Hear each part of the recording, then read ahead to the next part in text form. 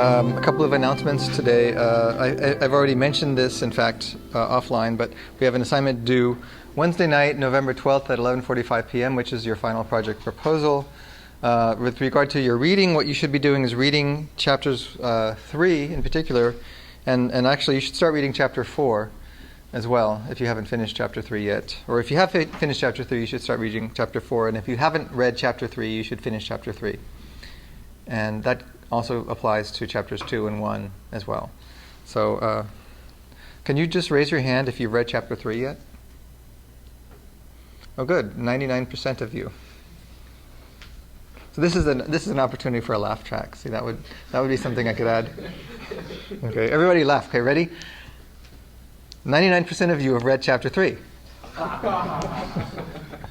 Very good. Very good. So so here we are in lecture 12. This should say lecture 12, not lecture 13. We don't have a lecture 13. Very much like the 13th floor of a building, there is none. We skip lecture 13 and go from 11 to, say, 12 to 14. Actually, no, it's the opposite. We skip 12. So, all right, so let's do a little bit of review. So we talked a little bit about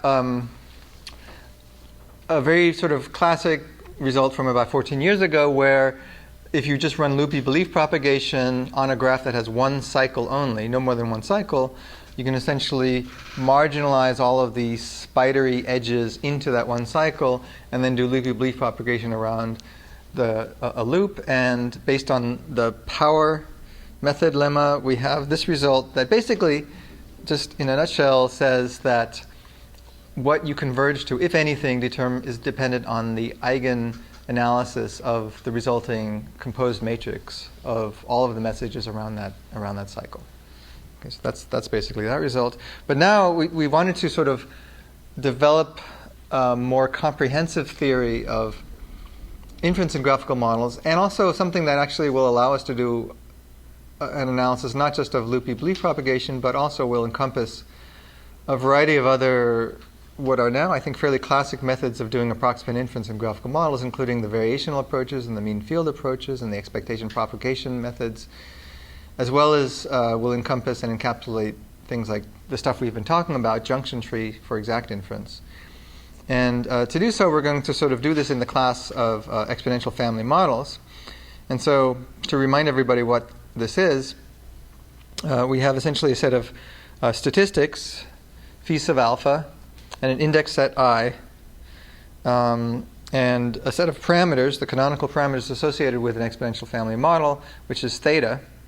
And we define the family of models that we're dealing with in this way. Okay, so it's the probability of x is equal to the exp of the inner product between theta and the statistics minus the log partition function, a of theta. So it's important to realize that phi is really a vector-valued function. So it takes in a vector x and it produces a vector of values phi for each one of the statistics in the set I. Okay, and we defined what is the log partition function. Basically, it's equal to the log of the sum over all values of x. And again, it's based on a measure nu. So the measure nu is useful because it allows one to sort of in one representation talk about both continuous integration and discrete summation, as well as what they do in the text, deal with instances where the probability distribution is 0. And what happens there is you essentially put those zeros inside of the measure. new. And so that actually allows one to still deal with exponential models when effectively you've got zero probability events. Yep. Could you pull the curtain? Pull the curtain down. I'm not sure I know the answer to that question. Sure. See, that was a joke from I don't know. No, so that's let me pause the video and I will pull the curtain down. Okay, curtain is down. So okay, so we talked about the maximum entropy estimation problem, which hopefully people have seen before. Could you just raise your hands if you've seen this before a little bit? A few of you, some of you. Okay, so basically the idea is the following. So let's just zoom in a little bit on this. I mean, and you saw it, first of all, on Wednesday, so this should be pretty clear. So what you want to do is you want to choose a distribution P from this universe of possible distributions that has maximum entropy. So the entropy of the distribution is given by this expression down here, right? Now the entropy is just basically a measure of the uncertainty. So the uniform distribution has maximum entropy. A point mass distribution has minimal entropy of 0. And entropy, in some sense, is a measure, for those of you who haven't taken information theory, it's a measure of the underlying compressibility of a source that abides by this random distribution P. So it's sort of a measure of the information within random sources governed by P. But what one is interested in the maximum entropy problem is the maximum entropy distribution that still has the same expected moment. So if you take the expected value with respect to P, it has to be mu. So the idea is that you have these moments, these known moments, mu hats of alpha for all alpha, and you're interested only in those distributions that abide by that. That's the constraint set. But amongst all of those distributions that abide by those moments, you want the one that has maximum entropy because you want the learning problem is essentially to say, well, I know I want my distribution to say this, namely that the expected value of phi is equal to mu. But other than that, from amongst all of those distributions, I want to make the least assumptions about the distribution, which basically means the one that has the maximum entropy. Okay. So this value, the expected value of phi, is the mean value. And it turns out that, and you solve this by essentially forming this optimization problem, equation 12.14, using a Lagrangian, that the maxent distribution is solved by a distribution that has this parametric form. So no matter what the distribution is, it will have this parametric form, where how do you instantiate that for a particular maxent problem is dependent on the canonical parameters, theta. And the prominent canonical parameters theta are the ones that are set such that these expected values are met.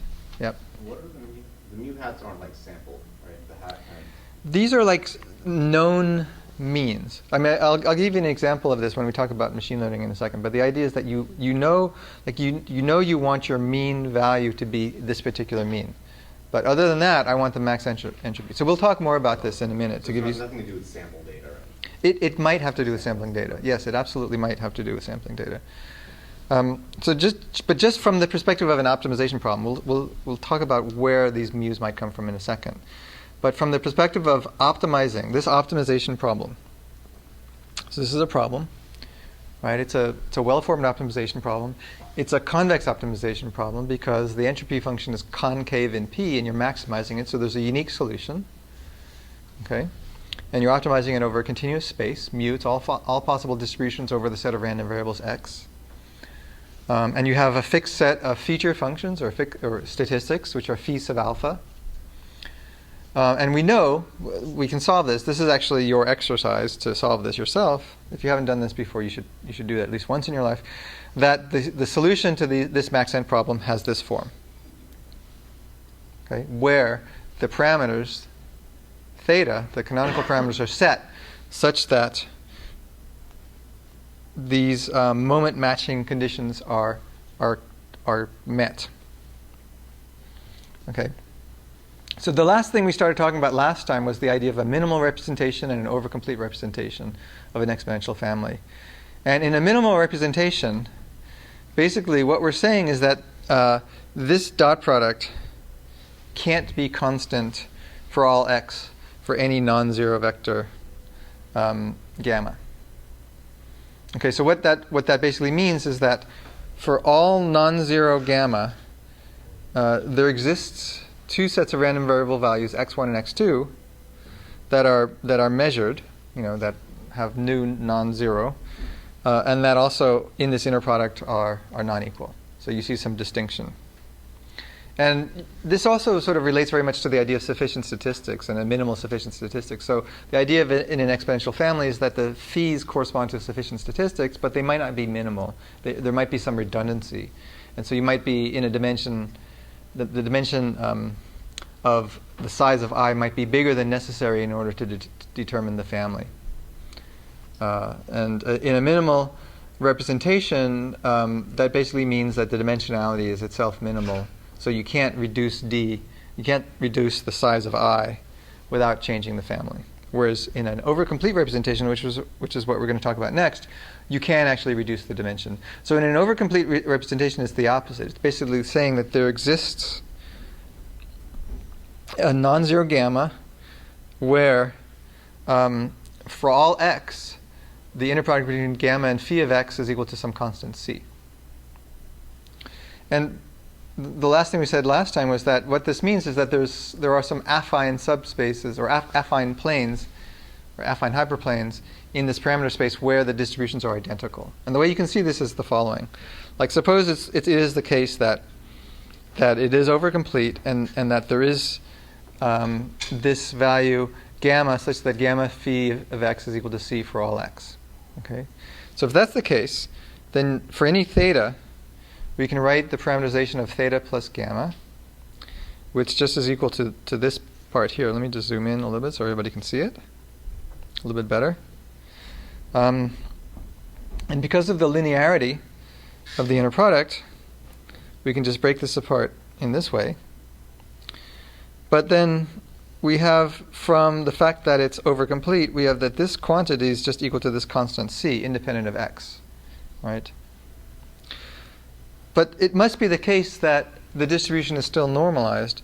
And so what we have is that this value here, c minus a of theta plus gamma, must equal negative a of theta. Because it's the normalization constant. It's the log partition function. Those two have to be the same. And so we see that this is equal to p sub theta of x. So the family hasn't changed. And so what that means is that, and also, by the way, we can also do this if we take any multiplicative constant times gamma, then the same property would be the same, and it would be the same. So if we had some, for example, some parameters here, and if this was theta, and if let's say that gamma was something in this direction, all of these guys would be the same distribution. So the idea is gamma is this direction.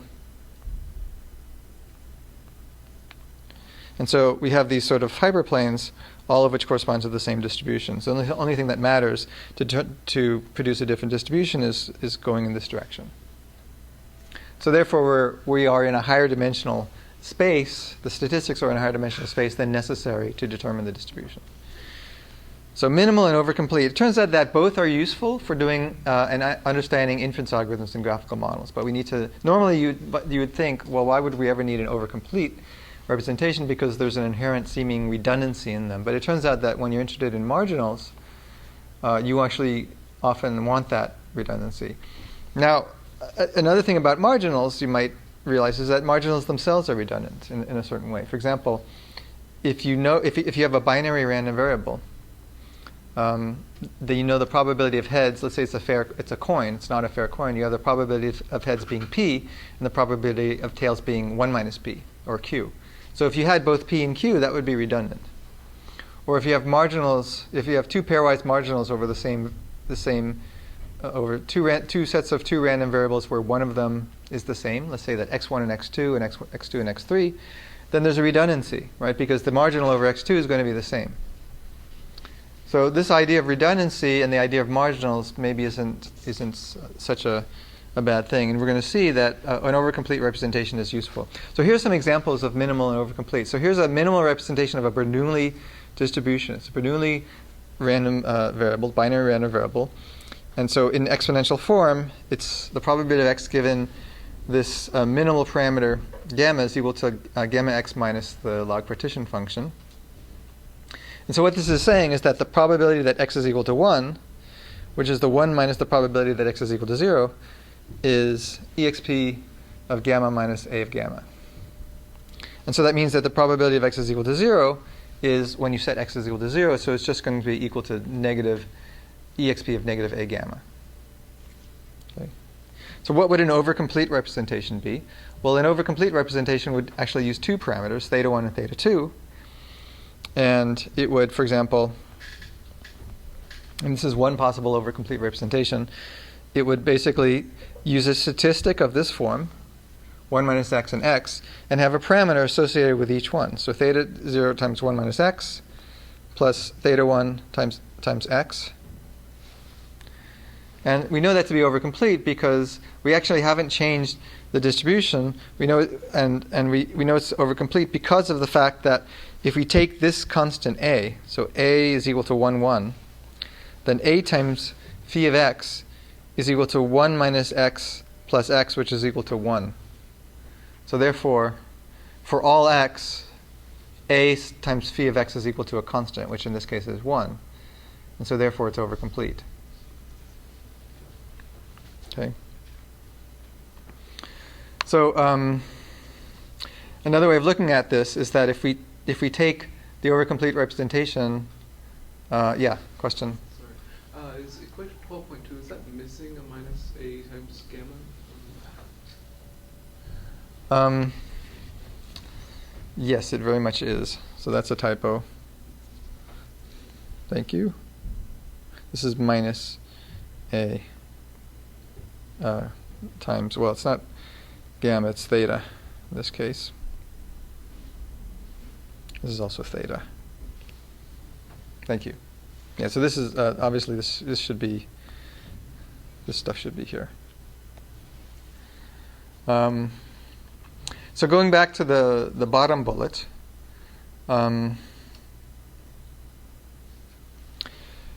we can see that if we look at this overcomplete parameterization of the Bernoulli, we can write this as theta 0 times x times theta 1 minus theta 0.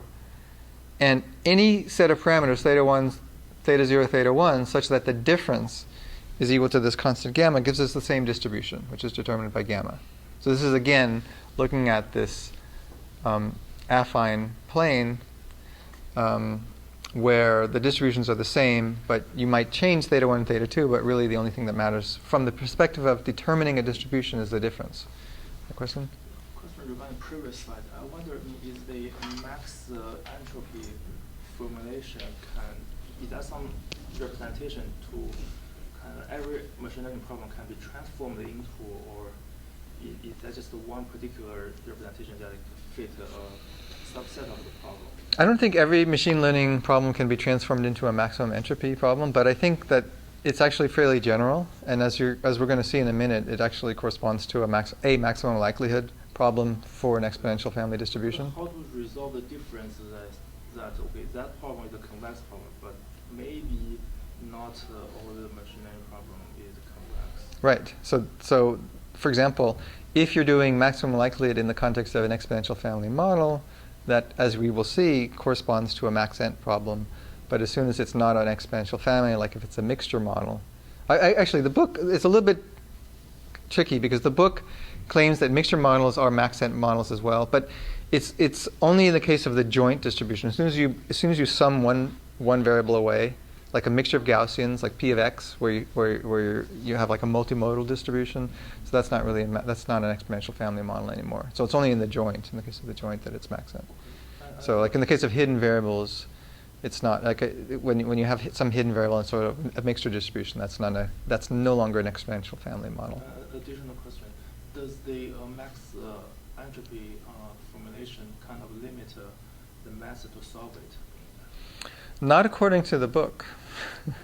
So there's a large section where the book talks about, as I will say in a minute, mixture distributions and coding distributions where you have zero probabilities and latent Dirichlet allocation distributions. And so on the one hand, they're very, very general, but on the other hand, like there is sort of a fundamental linearity or convexity associated with them.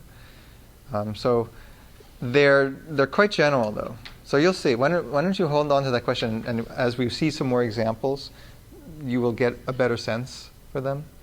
So they're more general than you might think, but they're not everything. Okay. But they do give us a vehicle, a really powerful vehicle, to, in sort of one framework, understand a large set of possible inference algorithms that people have developed somewhat differently. So they do sort of act as an umbrella in the sense that they encompass a large number of inference algorithms. And also they give us an analysis methodology, which is better than heuristic, but maybe not as good as maybe others, but it's certainly a useful way of looking at a large set of methods. So here's a famous example. This is the Ising model, and it's a famous exponential family model. And it's useful a lot in computer vision. So some people call it the Ising model.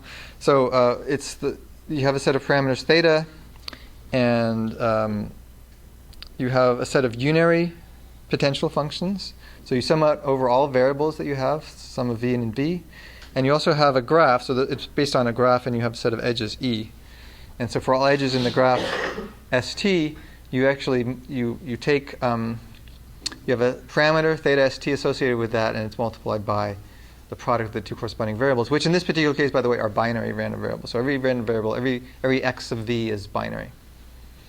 Okay, so it's a big distribution over bit vectors, basically. And the reason why I say this is useful in computer vision is that it's used a lot in, or it has been used a lot in, for example, like image segmentation, where you want to know the difference between, in a two-dimensional image, a foreground and a background of each pixel.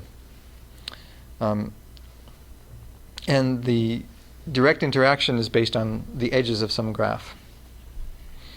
Now, this is a minimal distribution, and the reason why is because if you change any of the parameters, it will result in a different distribution. You can see that by if any parameter is different, if any theta is different, because it can change the probability by having the corresponding potential function be on, it has to be minimal. Okay. But Jeff, yeah. I was confused at the kind of recursive definition you have for the log partition function. The recursive definition? Yeah, because you have a theta equals, and you have the partition function in the exponential. Yeah, that's another typo. Yeah, sorry about that.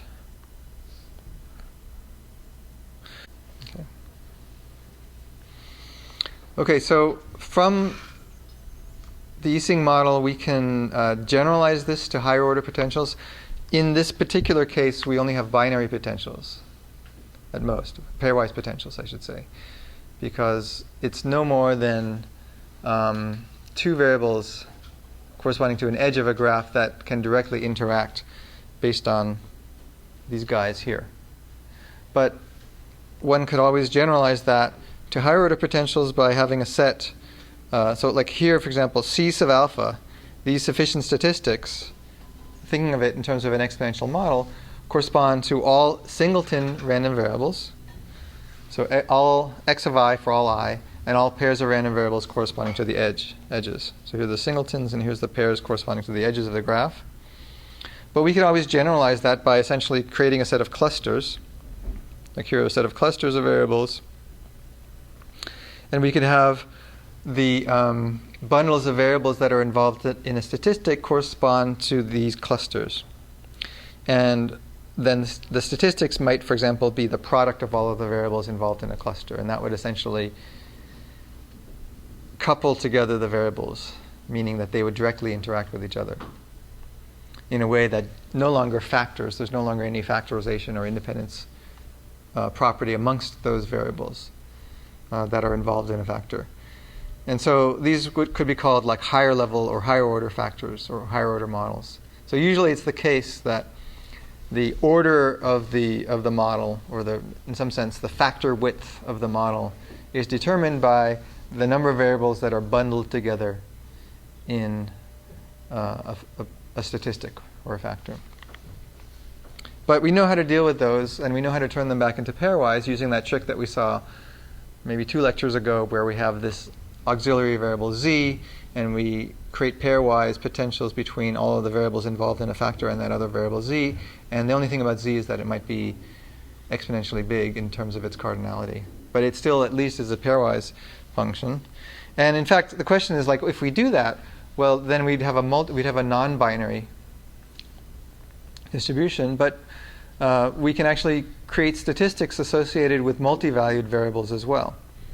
So here, basically, the domain need not binary. The domain is basically the set of values between 0 and r minus 1. So like every random variable has r possible values. Okay. And to do this in an exponential family, what we do, and this seems a little bit funny, but it actually turns out to be very mathematically useful. We have a statistic that's associated with every possible value of every possible random variable and every possible value of every random variable pair for which there's an edge in the graph. So here's the statistic. Here's the first one. Here's the statistic for every possible value of every random variable. So if we have n random variables and each are r possible values, we have n times r statistics. And then here are the statistics for every possible value of every pair of random variables for which there's an edge in the graph. And so if we have, say, L edges in the graph, then that means that we have L times r squared statistics. And so the overall model then becomes this form, where what we're doing is we're summing over all possible values and summing over all possible pairs of values. So the outer sums, these orange ones, those are summing over either the random variables or the edges. The inner sums, the yellow one, sums over all possible values of the random variables, or all possible values of the pairs of random variables corresponding to an edge. And then what actually happens inside is that we have the parameter associated with the statistic, and the statistic, which is a 0, 1 valued function, which just basically says, yes, that random variable is equal to the jth value. Or, yes, that pair of random variables is equal to the jkth value. And then we still have our log partition function over here, as usual, which just basically makes sure that everything is normalized to be a valid probability distribution. Yeah? Is that inside the sum or outside the sum? That is outside the sum. So remember, that whole thing is really meant just to be equivalent to some normalizing constant. So you could think of this also as the probability of x is equal to 1 over z times exp of a whole bunch of these sums. So negative a, right, is the exp of negative a is equal to 1 over z. And these indicator functions with the script one, they just say whether a term should exist in the summation, right? That's kind of their purpose. That's their purpose. And so you in some sense have every one of these terms in the sum, but for any given instantiation of the random variable values, most of them are 0, right? Because a random variable can't take on more than one value at a time. And so you might think, well, this is a very inefficient way of representing it. This is why I say it's a little bit funny, but mathematically it's extremely useful, as we'll see. And when you think about, like, you've got a probability distribution, even like a regular multinomial distribution over say r possible values, you do have a parameter for every one of those values, right? And all this is doing is just sort of saying, okay, here's an indicator function of being that value, and here's your parameter. Here's an indicator function of being that value, here's your parameter. And for the pairs, here's the indicator function of that particular pair of values, here's your parameter for that pair. So the question then is, does that seem like it's going to be overcomplete? For you guys, this is for you to answer. Yes, and why do you think it's overcomplete? Because for j equals r minus 1, that first indicator indicates that it just when all the others are 0. That's right. That's right. So you sort of like every random variable Normally, I mean, just think, I mean, a really easy way of thinking about this is just think about a single scalar random variable. So none of this stuff is here for the moment. And then you only have one v. Okay? So you have essentially a parameter, a distinct parameter, theta, for all possible values of the random variable. So you have r possible thetas. But you know, because it's a probability distribution, that from the outside, that the probabilities have to sum to 1. So you know you really only need r minus 1 distinct values. So even in the case of a single scalar case, it's going to be overcomplete. You have one extra parameter. So it must be living in a lower dimensional space. So I mean, again, you can think of this as the probability simplex. The probability simplex in 2D is really a 1D plane, or the probability simplex in 3D is a 2D plane. So that basically is the hyperplane within which the parameters live, at least outside of the exponential. Inside, it's not so constrained. Okay, so another really important example is a Gaussian. So probably people have heard that a Gaussian is a maximum entropy distribution, right? And if you haven't heard that a Gaussian is a maximum entropy distribution, you should have heard it. And after today, you will have heard. So a Gaussian is a really fundamental probability distribution because, and this is something you might have heard before, over all possible continuous distributions that have the same first and second moments, the Gaussian has maximum entropy. So every time you're using a Gaussian, in some sense, you are doing a maximum entropy estimation problem. Every time you're estimating a mean in a covariance problem, you are solving a maxent problem. Now, how is that possible? So here's how. So basically, normally we think of a sort of a multivariate Gaussian as parameters by its mean and its covariance matrix, where the mean is the expected value of the things, and the covariance matrix is equal to E, the expected value of x minus mu times x minus mu transpose. Right? And that's the covariance matrix. But in the canonical exponential family form, we have a different parameterization. We have the mean parameterization, which is theta here. Whoops, we don't want to cross it off. We just want to highlight it. We have a mean parameterization. And this other parameterization, which is sort of uppercase theta, which is basically just summing up. It's just sort of like a Frobenius, I guess it's called a Frobenius inner product. So basically what you're doing is like for every pair ij, you're multiplying uppercase theta ij times xi times xj. And so the parameters consist of, the canonical parameters consist of lowercase theta and uppercase theta. So that basically means that you have, if it's an n-dimensional random variable, you have n squared plus n parameters. And the sufficient statistics are the singleton random variable, or singleton values of the variables, and all the product of all pairs.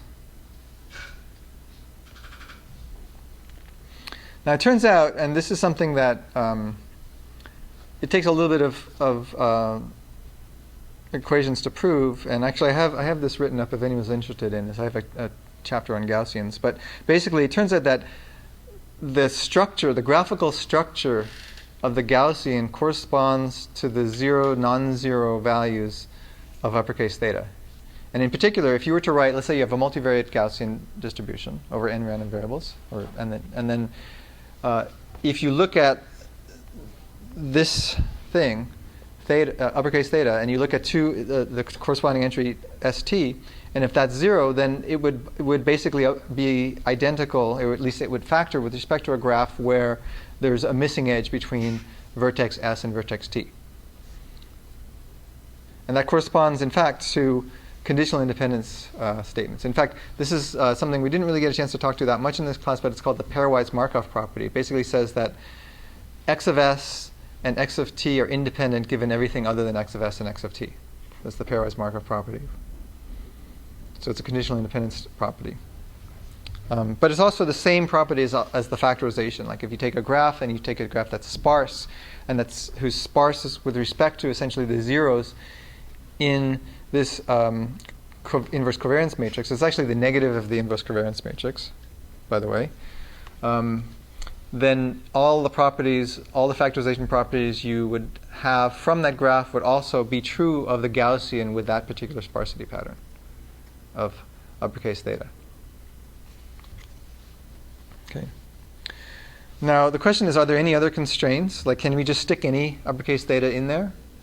And it turns out that the answer is no, you can't just stick any theta in there. You have to essentially make sure that it's negative definite.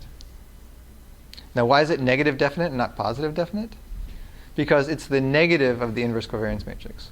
So obviously the inverse covariance matrix has to be positive definite. And if it's non-degenerate Gaussian, then it has to be a positive definite covariance matrix, which means that the negative of it has to be negative definite. Okay. Now the book does also talk about how mixtures of Gaussians can also be parameterized in exponential form. But by mixtures, they really mean the joint distribution. Okay, so they mean this. If you were to say, take a distribution where you were to sum out over the mixture coefficient, the discrete variable, and then that is not equal to an exponential family form. So it's only the joint where essentially you know the value of you know which component it is, and essentially you're just sort of switching between different components. Okay, so it's a little bit. I wouldn't say it's disingenuous, but one should be careful. But in fact, so there are a number of examples in this book, like mixture models. It's really the joint over mixture models. Similarly, latent Dirichlet allocation, which can be seen as essentially a form of mixture model, and hierarchical Bayesian models, where it's a mixture model, but where the stuff that actually determines the mixture can be expressed in a sort of hierarchical strategy. And also, the other example that the book talks about is when it's the case that you have zero probability. So clearly, if you have these phi functions mapping only to the non-extended reals, meaning that the phi functions can't be negative infinity, then it's impossible for you to ever get a zero probability. And so that basically means that if you do that nothing, p of x can never be zero. But it turns out that mathematically, the way you can deal with zeros is essentially by just putting the zeros inside of the measure. And so all of the properties still work, and the normalization is with respect to the measure. And so the normalization doesn't count those zeros because they're zeroed out by the measure. So things can still work. So it sort of gives us, again, like I said, it's a very general framework. But I do think that the measures, in this particular case in particular, the measure is doing a lot of the work that we are not actually going to get into, because we just do a Lebesgue integration with respect to the measure and assume that the zeros are handled. Isn't that just equivalent to switching to a different domain? What do you mean by a different domain? Isn't that just equivalent to throwing out things that are constrained to be zero? Yeah, that's essentially that, and normalizing also with respect to that. But the mathematics still works nicely enough. Okay, so any questions about exponential family models? I mean, this is a huge area in statistics, and we're just giving it the most cursory of treatments, because what we want to do is we want to move on to doing inference and strategies for doing inference. Okay. Okay, so the mean parameters, there's another parameterization besides the canonical parameters in an exponential family model, and these are what are called the mean parameters. So if you take, for example, for all of the statistics, the expected value with respect to p of phi sub alpha of x, you get the mean, mu sub alpha. And that's also, by the way, also equal to this. That's just the definition of the expected value. So everything is with respect to the measure mu, or nu, sorry. And so this defines a vector of mean parameters. Now, is it the case that this set of parameters characterizes the distribution in the same way as the canonical parameters do? Well, yes, it must. And the reason, and I probably have a slide on this, but I think it's important to realize this now.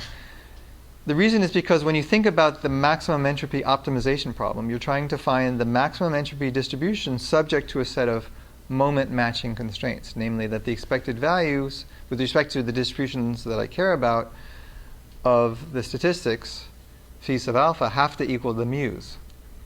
And so you could think of it as just, okay, well, I'm parameterizing it based on the means. It's essentially, by parameterizing it, I basically mean that it's sort of a unique way of characterizing the distribution. And it's a unique distribution because of the strictly concaveness of the entropy function. So therefore, you can think of the mean parameterization as a real parameterization of the distribution. It's just, maybe it's not one in which it's so easy to sort of, compute a probability. I mean, if you got the thetas and you want to compute a probability of a particular vector, maybe that's doable.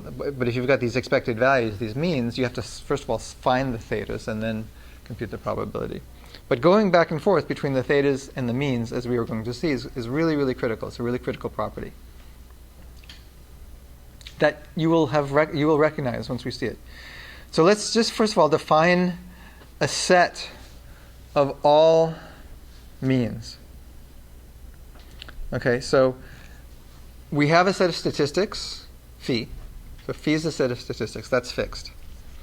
And we're defining this set, m of phi, which is all mean parameters, okay, all vectors in Rd. Remember, d is the dimension. D is the dimension of phi, right? So you have d statistics. Remember what d is? So d is equal to the size of I. So it's all means such that there is some probability distribution p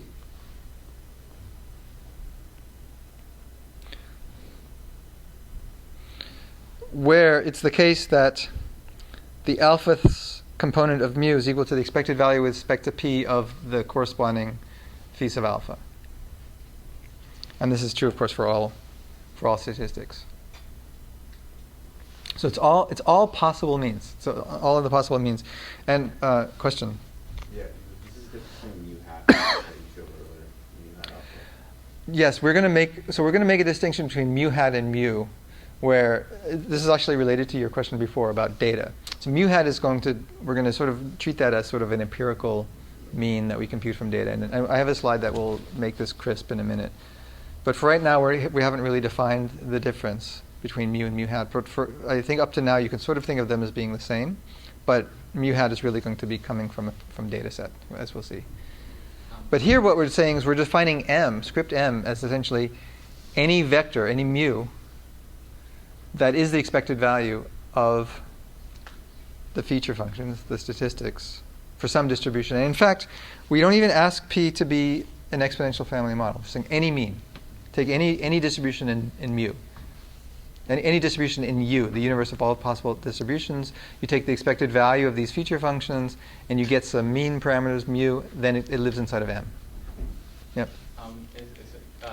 Does this mean that mu alpha is lying in like the codomain of phi alpha? Well, I'm not sure, because it's with respect to an expected value of P. Yes, but you can always find a measure which concentrates the value of mu around some point. Yes, in the yes, codomain. yes, that's right. You will see when we talk about just in 2 slides we will answer that question. Yeah. But what this is saying is that m of phi is like the Cartesian product of the codomains, which is not necessarily equal to the codomain of all the phi alphas together. Well, it's only with respect to these probability distributions P. Okay, so in other words, it's just basically what it says. I mean, it's basically the expected value with respect to the distribution P of phi. Okay, so that's nothing more, nothing less. No, so what I'm confused about is that I mean, can you have like mu alpha taken from one p and mu beta taken from another p and then concatenate them? No. Okay. No.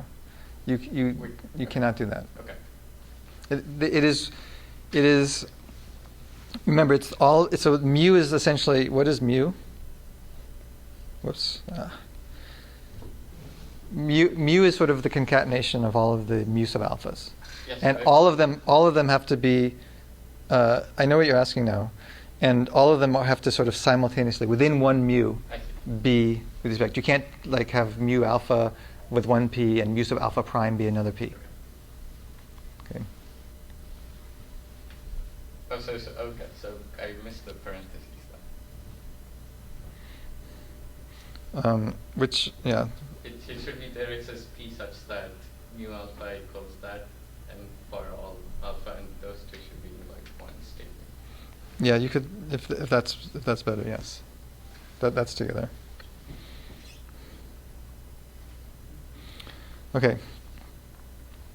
So now, first of all, so M is going to be convex. And the reason why M is convex is because of the linearity of the expected value operator. So if you take, say, P which realizes mu, and P prime which realizes mu prime, then you can take any mixture between P and P prime, and you'll get a mixture between, the corresponding mixture between mu and mu prime. So therefore, M, script M is convex. So another way of looking at it is that it's kind of like the convex core, or the convex hull, of all distributions expressed. And in fact, here's some examples.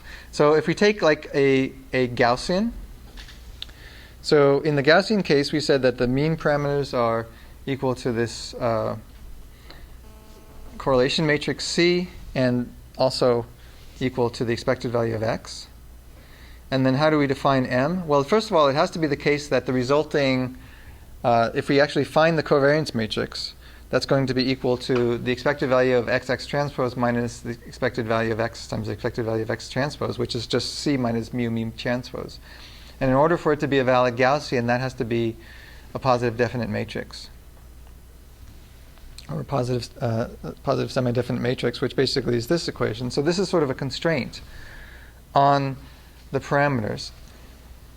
And if that's true, then we can form a Gaussian with the mean, there is no constraints on the mean. As long as the mean's not infinite, and as long as the covariance matrix is positive definite, we can construct a Gaussian. And so therefore, the means consist of all vectors mu and positive semi-definite matrices C, such that C minus mu transpose is non-negative definite.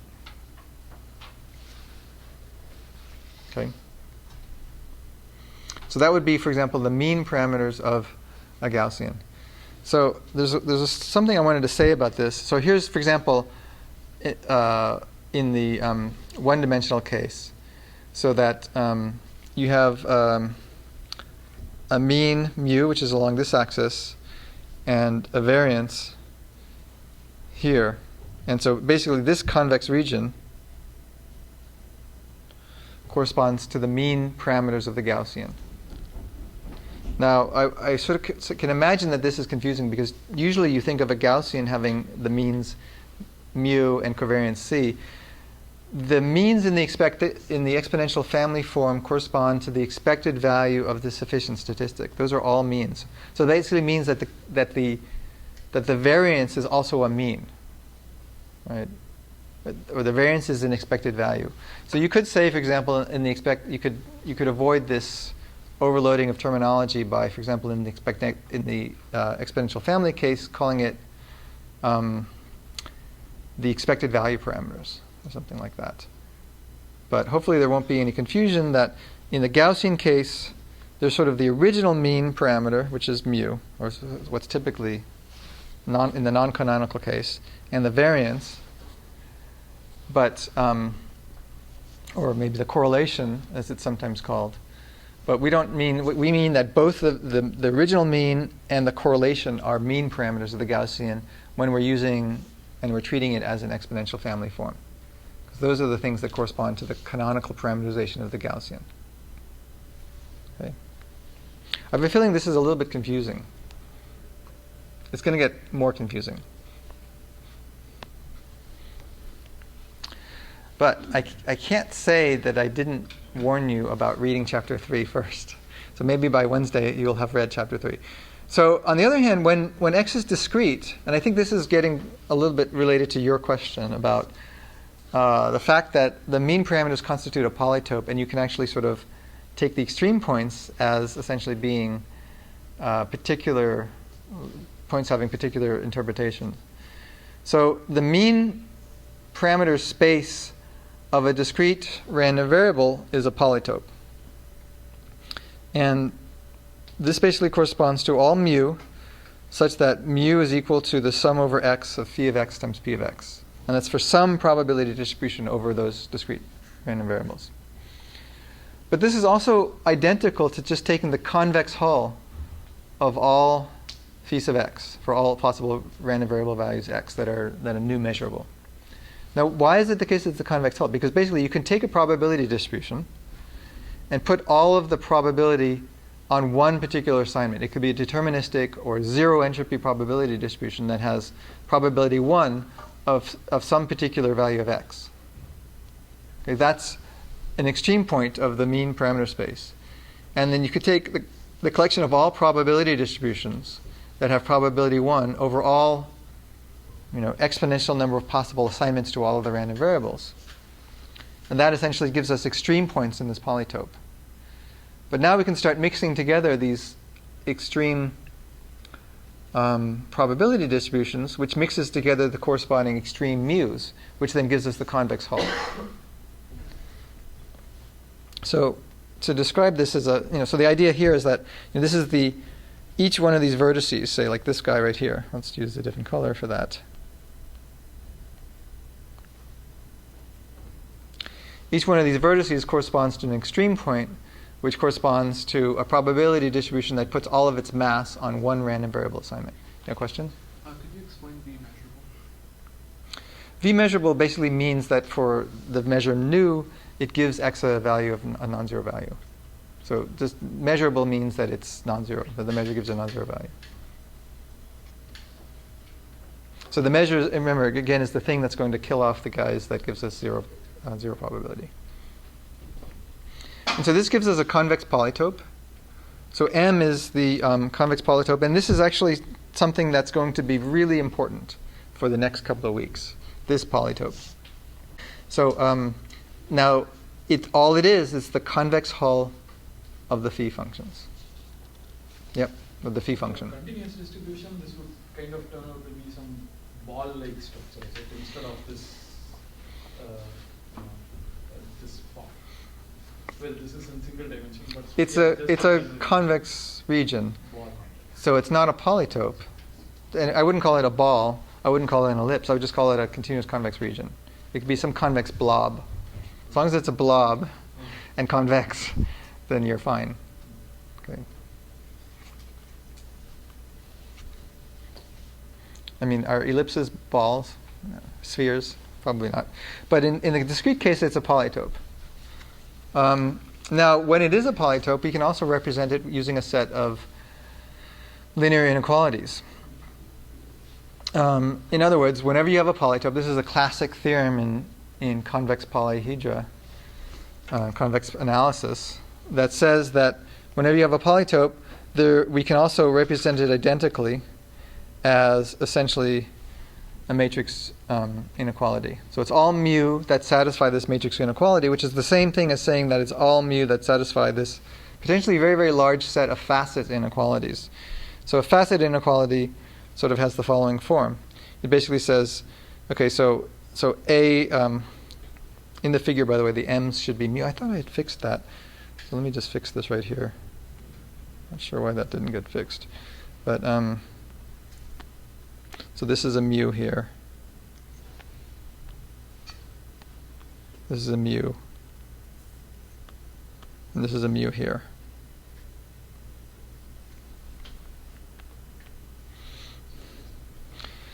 So the yellow region corresponds to this inequality.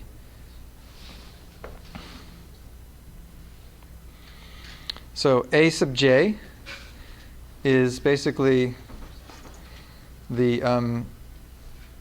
jth row of the matrix, and B sub j is the jth element of the vector B. And A sub j mu greater than or equal to B corresponds to this yellow region. It defines this facet of the polytope. So that constrains it to be here, but then there's another constraint which says it's got to be here, and another constraint there, and then overall it defines this polytope in the middle. Okay. So let's talk about how to do this in the case of an Ising model. So we've got essentially a set of sufficient statistics here, of which these are the minimal set. Yeah, question? So these are all in some sense defined in terms of the dual to the domain of where the random variables are defined, right? Because these are actually in the parametric space of sorts. All these polytopes are. These are in the marginal space. You're going to see, and there is a duality. You're going to see this very soon. Your intuition is exactly right. But it's like a marginal, like, think about this. So if you have a probability distribution and you have all of its marginals, you've got the distribution in one way or another, right? So in some sense, you can think of the marginals as a parameterization. But why it's a marginal, I think this slide actually tells you why it's a marginal, why these means correspond to the marginal, and why is it called the marginal polytope? This slide tells you. So whereas the canonical parameter space doesn't give you the marginals. It gives you essentially a way of computing the probabilities fairly easy, but it doesn't give you the marginals. And as we're going to see, going from a parametric form that allows you to compute the probabilities to one that actually has not a particularly straightforward way of computing probabilities, but gives you right away the marginals, is exactly the inference problem we're trying to solve. Right? And as I will say, going from the marginals, maybe for some reason we have an ability to get the marginals, and we'll see we do. But let's say we have a way of getting the marginals, then going from the marginals back to the parameter space, that's the learning problem, right? So learning and inference, we will see, does have a duality relationship associated with them. And that's really interesting and actually I think very cool. But this is, again, addressing one of the powers of this whole framework. But let's see why it is the case that it's called the marginal polytope. Why does it make sense to call these mean parameters the marginals? So if we take the Ising model sufficient statistics, and so there they are in equation 12.16, and we compute mu sub v. Well, since it's a binary random variable, it's just equal to the probability of x of v is equal to 1. Right? And if we take the pair, according to the pair st, where st is an edge in the graph, this is just equal to the marginal of x of s equaling 1 and x of t equaling 1.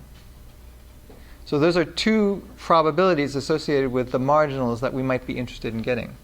And in fact, the mean parameters, mu sub v and mu sub st, give us exactly those probabilities.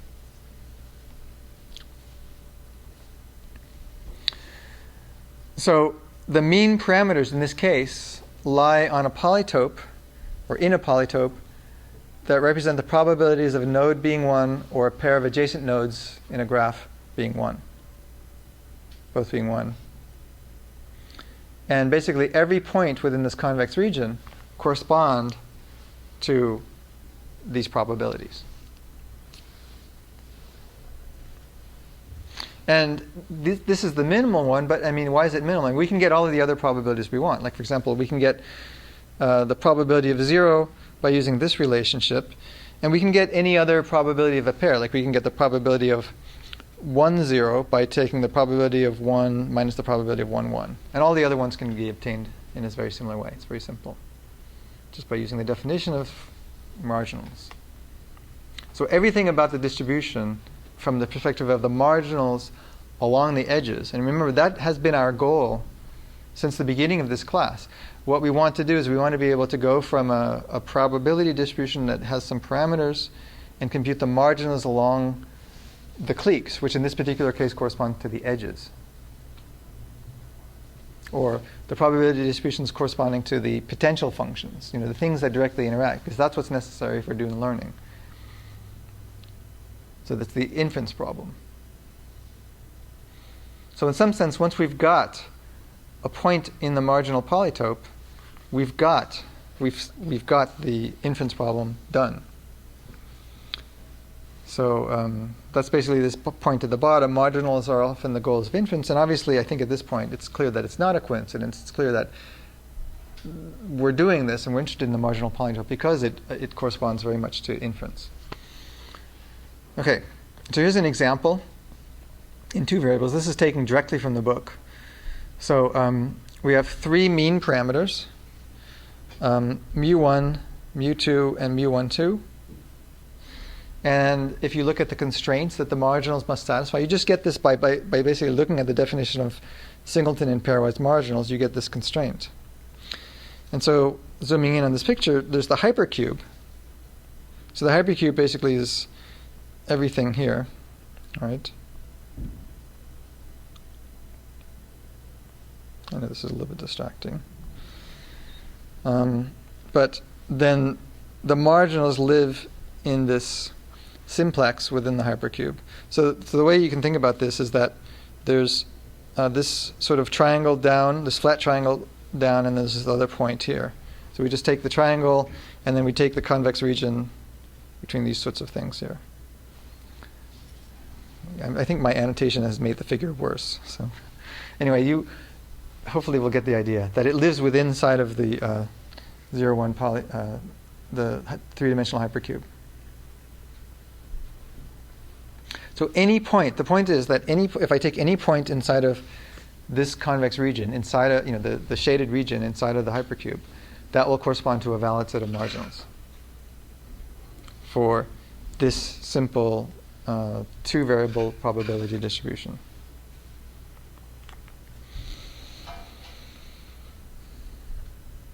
Okay, so we can also do this with respect to an overcomplete representation as well. And as you might expect, the overcomplete representation will give us not just, say, the marginals from which we can derive the rest of the marginal distributions, but it will give us all of the marginals. In other words, not just the probability of 0, probability of xv is equal to 0, but it will also give us the probability of xv is equal to 1. So it's a higher dimensional overcomplete representation, but there we get all of the probabilities without having to compute them. And so again, in the Ising representation, in the Ising overcomplete representation, the corresponding potential functions are indicators of each random variable being a particular value and each pair of random variables being a particular pair of values. And so this is the number of actual functions that we have, the number of statistics. So again, this is the overcomplete case. And so what we get then is exactly all of the probability distributions. Namely, you get mu, which is the mean parameter, which is the expected value of the indicator function of the vth random variable being the jth value, but that's just the probability of xv equals to j. And similarly, the mean parameter, so this is the mean parameter associated with pair st and pair values jk. So that's the expected value according to this distribution of the indicator of those two random variables being those two values, and we just get the probability of those two random variables being those two values. So this whole thing is this is the marginal polytope, because basically any mu gives us the complete marginal over those distributions. And since all of this is with respect to a graph, so the graph is the thing that determines both which random variables they are, the vertices, and the edges, which pairwise marginals do we care about. We can think of defining the marginal polytope with respect to a graph. So we have this polytope. One might think of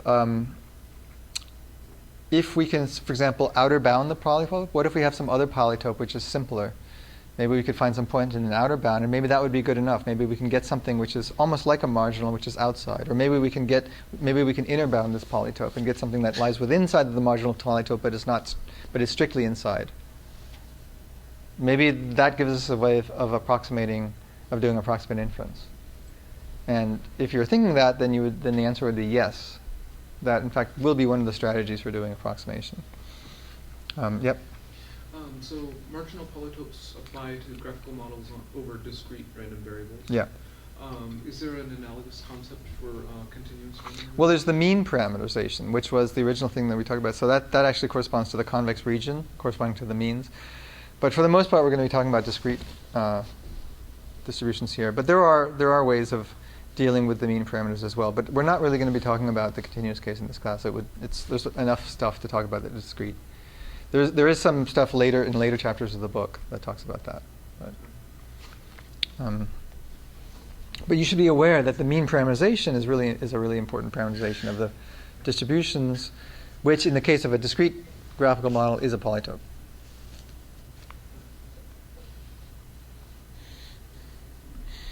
So once there's this thing called the marginal polytope, right? So we've got, like I said, in the Ising model with multiple possible values of the random variables, you have essentially all these mean parameters, and any mean parameter lives within inside of the marginal polytope.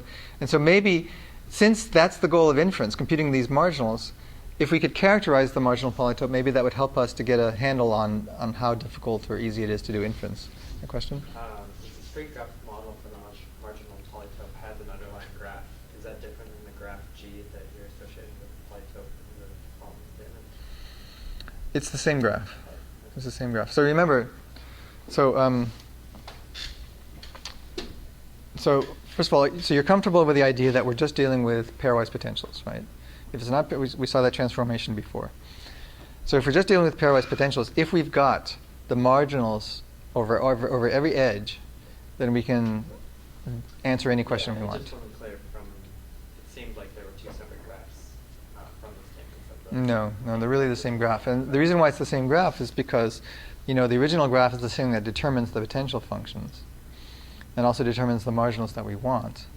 And the marginal polytope is essentially one that computes these mean parameters for every singleton variable, every node, every random variable we care about, and every edge in the graph. So ST in equation 12.23 only corresponds to the edge, all ST such that S of ST is an edge in the graph. Right. Yeah, the same graph makes great sense. Two separate graphs. No, there's no more. There's only one graph.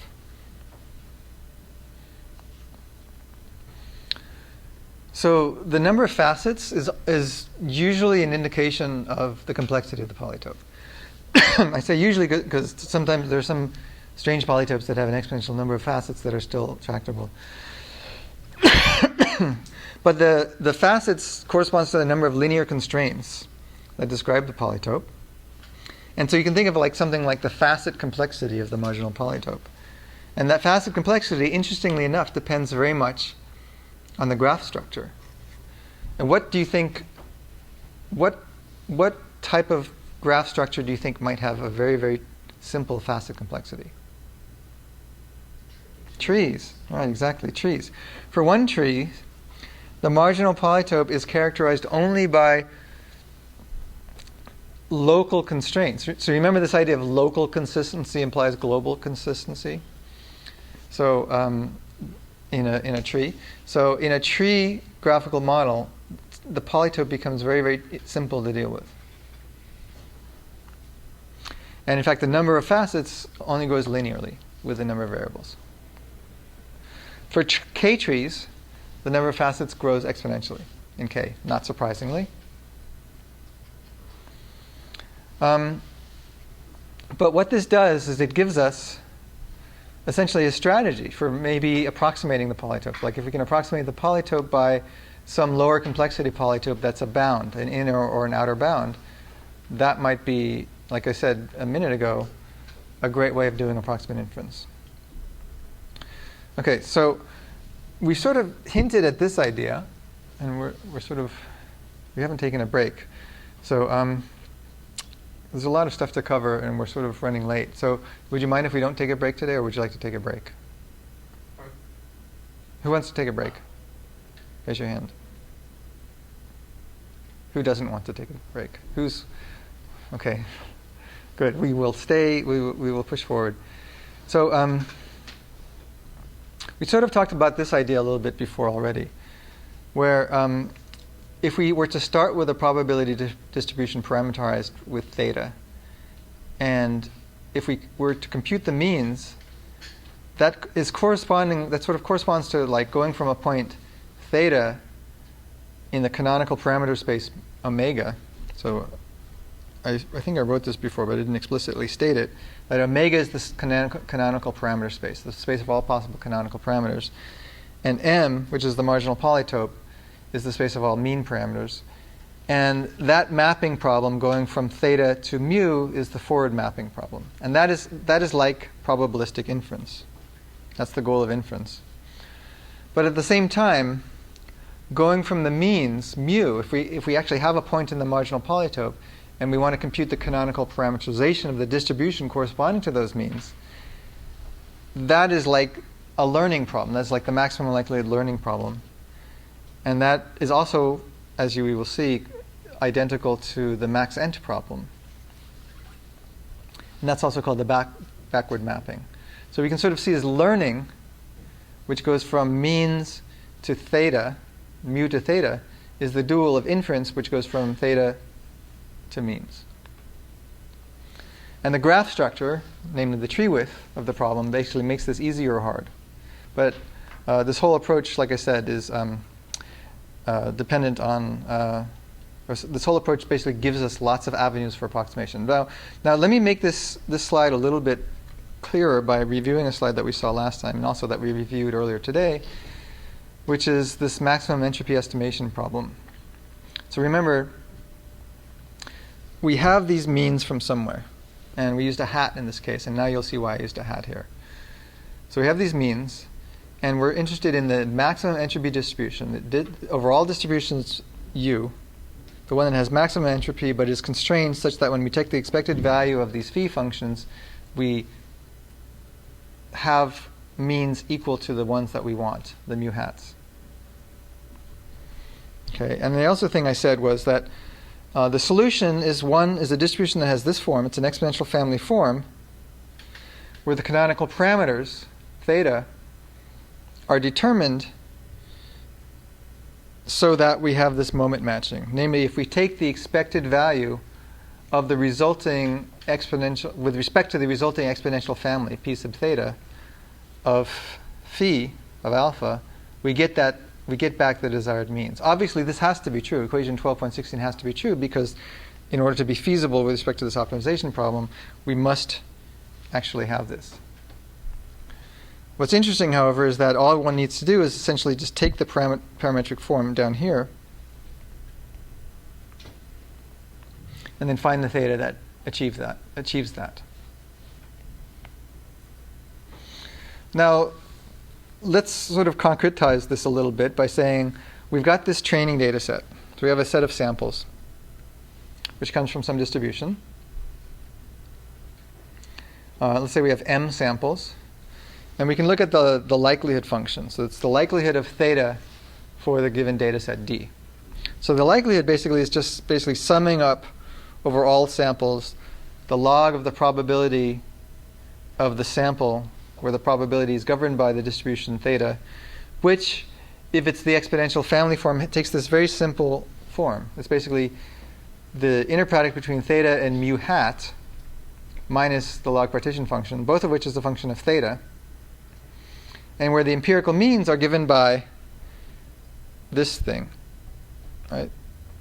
This is just basically summing up, taking the average feature function over the training data set. And you can see that just because of the fact that it's just, everything's linear. And once you take the log of p sub theta, basically what you're left with is just the dot product, the inner product minus the partition function.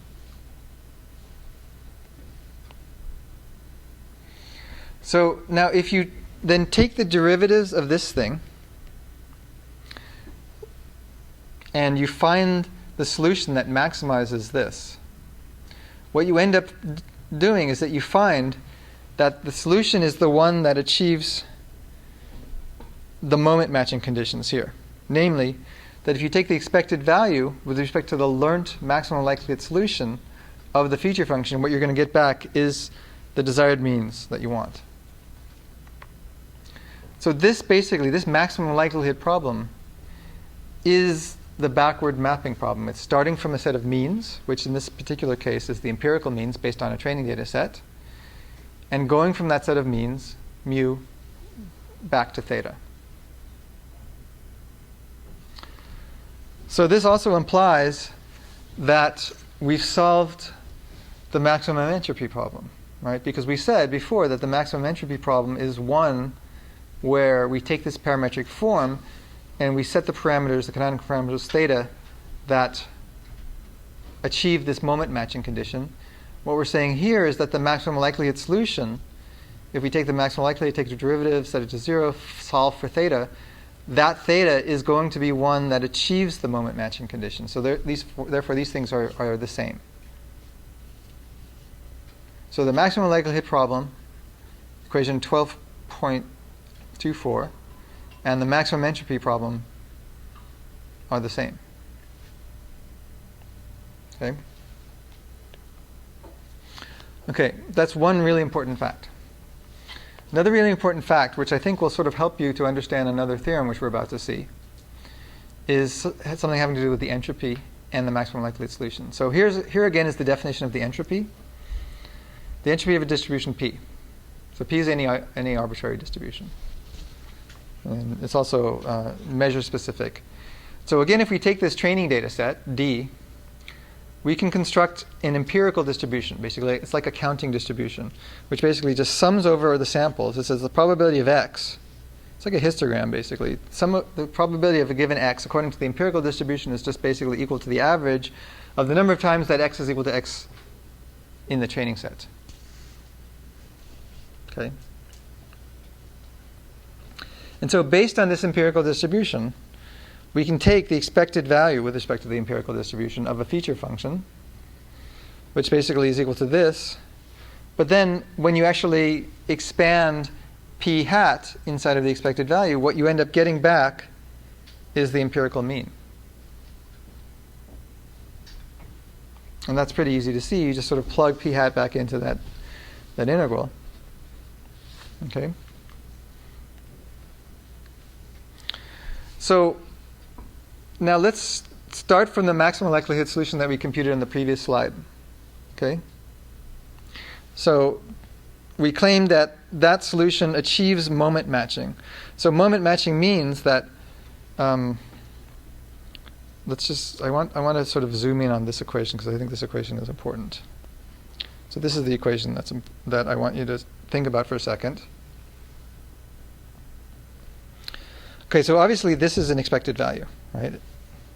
It's an expected value with respect to the distribution P using canonical parameters theta that were found using the maximum likelihood procedure based on means mu. So mu are these empirical means that we got from the training data. We found the maximum likelihood solution, and that gives us mu of theta. Sorry, it gives us theta of mu hat. And then this is the distribution P parameterized with theta coming from mu hat. And we're using that distribution to take the expected value of phi. And that gives us mu, but that's also the same distribution p hat, right? So p hat is the same. We get the same expected values from p hat as we do from the resulting parameterization theta, canonical parameterization theta coming from mu hat. Okay, that's the constraint in the maximum entropy problem. The constraint is that we're only interested in those parameterizations that give us the same means. And we also claimed in the last slide that can be found by the maximum likelihood solution. So that's what we mean, that we're starting from the maximum likelihood solution where the moment matching condition, that thing that's currently highlighted in yellow, is true. So then now if we look at the likelihood function, here's the likelihood function of the canonical parameters that have come from the maximum likelihood solution starting from means mu hat, these empirical means. So here's the expression of it. And here's another way of writing it. It's just basically the expected value of the log. This is just the likelihood again. But now we can see that this is just this integral with respect to the empirical distribution. So this is using this empirical distribution up here, which is the expected value with respect to that empirical distribution of the log of the probability with respect to theta, the maximum likelihood theta with respect to mu hat. But that's equal just to the negative entropy, which is equal to the negative entropy of that maximum likelihood solution. Okay, so the reason why that last equation is true is again because of the moment matching condition, because of this property up here. So therefore it means that the maximum likelihood solution is equal to the negative entropy of the corresponding exponential family distribution. So the maximum likelihood value, this is the value of the maximum likelihood. So this is the actual likelihood, and the negative entropy are identical. Which is true at least for these empirical mu. So mu, remember, mu hat is an empirical mean, which because there is some distribution, the empirical distribution, which gives you that empirical mean, namely here, we know that that has to exist inside of the marginal polytope. Right? So it's a valid distribution.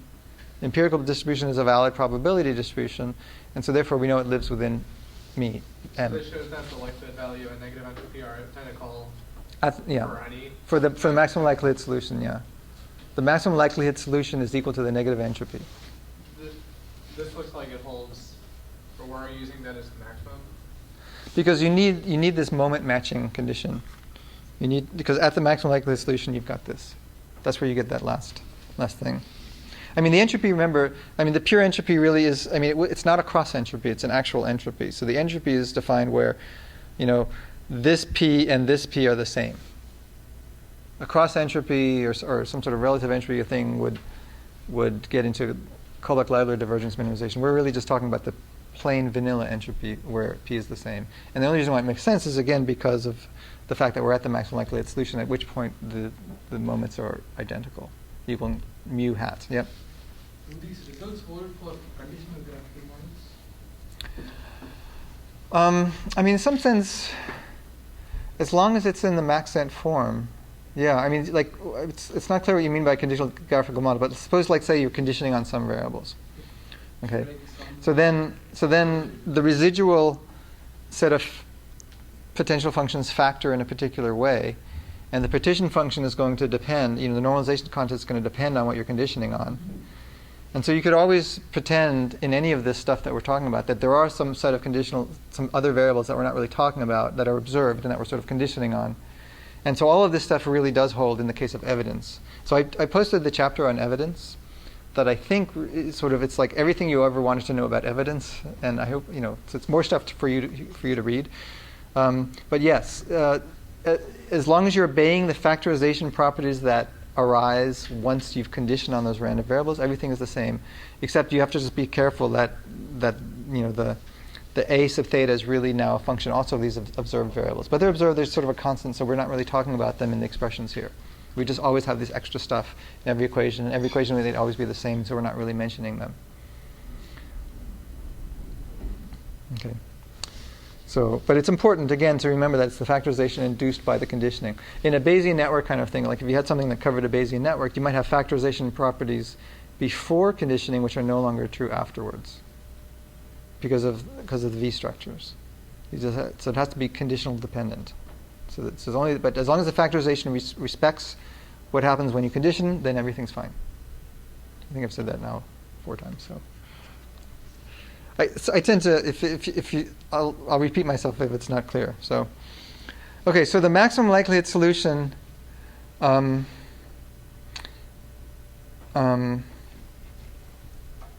so the solution, this is sort of like a summary. So the solution to the maximum likelihood problem we're claiming is the one that satisfies the moment matching constraints and has the exponential form.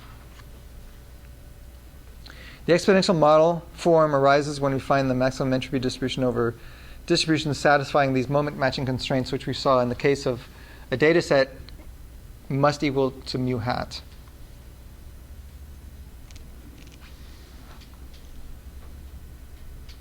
And this, I guess we've already said this. The maximum entropy learning under a set of constraints given by this moment matching constraints is the same as the maximum likelihood learning of an exponential model form. And this is, I guess, if you were to actually, this bullet point is meant to sort of, you might, I guess one of the things that you might, if you've never seen this before, is, maybe I should have shown this bullet a little bit earlier, but when you think about the maximum entropy problem, where you're saying, okay, I want the probability distribution that has maximum entropy that satisfies this set of constraints. And then we just say, oh, and that distribution must have this exponential family form. Like it must be exp of the inner product minus the log partition function. And you might think, well, why is it exp? Why not something else, or why does it have that form? And it turns out that when you solve it and you set the Lagrangian up and you solve the Lagrangian, the exp comes from the entropy function.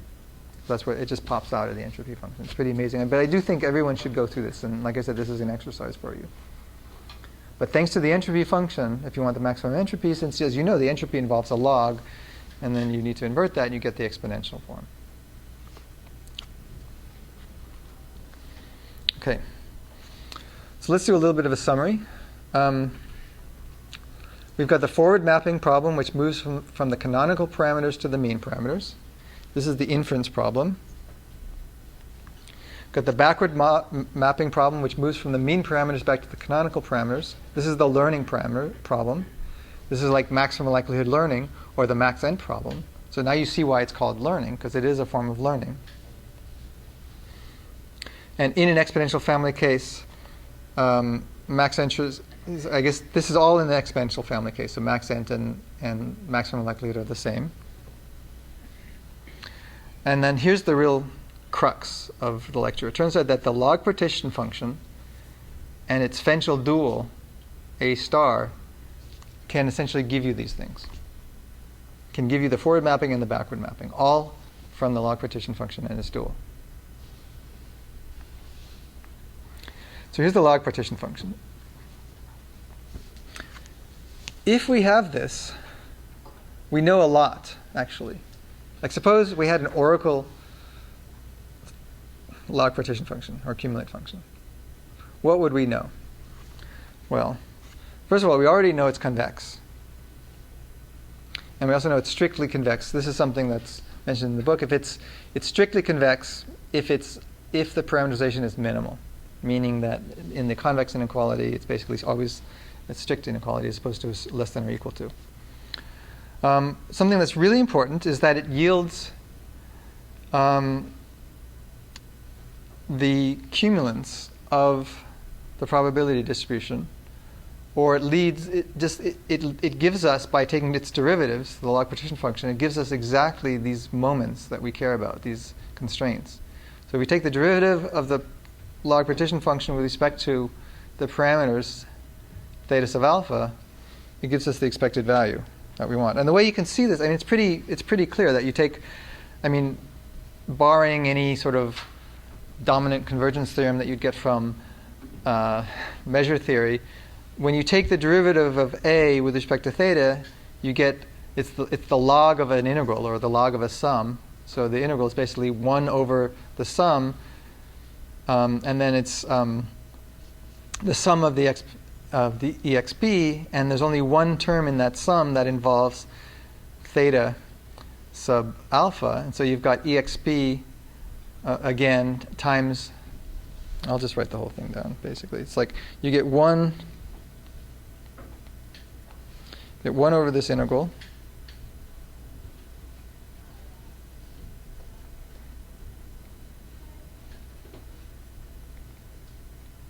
and then you've got another guy, exp of theta. This is an inner product here.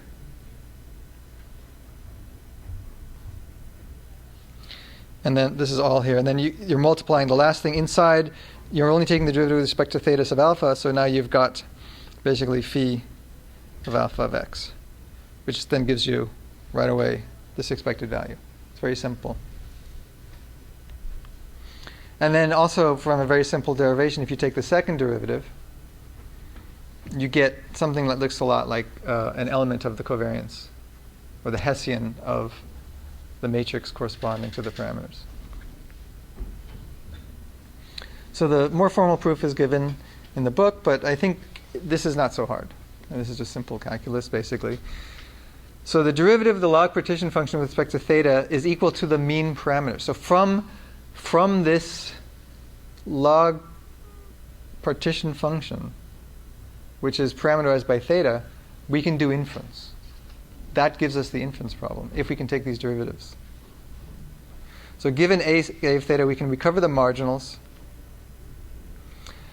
And now we know that that's generally not going to be so easy to do, but maybe what we can do is come up with some smart approximation of the partition function, maybe like A tilde, And if we have a smart approximation of the partition function, we can come up with a smart approximation of the marginals.